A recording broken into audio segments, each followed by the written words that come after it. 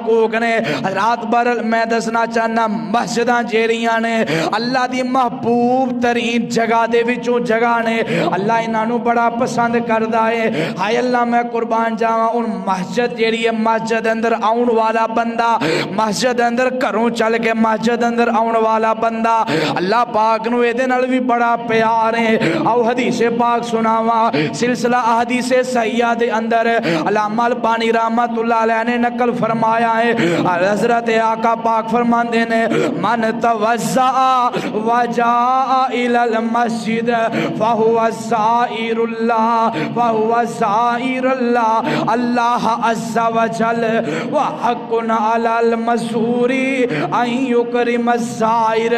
حضرت آقا فرماندے نے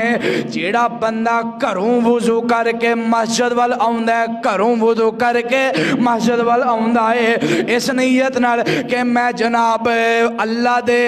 جڑے میرے تے حکم ہے جڑے میرے تے لاگو ہے میں کوئی فریضہ ادا کرنا ہے دین اسلام دا یا میں نماز پڑھنی ہے میں جناب نماز ادا کرنی ہے اس نیت دے نال گھروں مسجد وال آوندا ہے اللہ آقا پاک فرماندے نے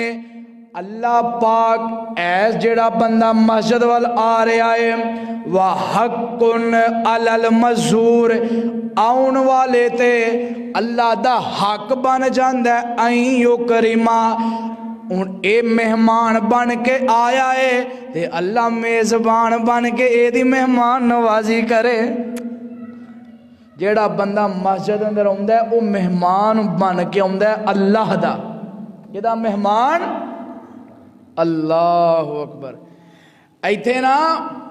کوئی M N A M P A یا چیئرمین ہوئے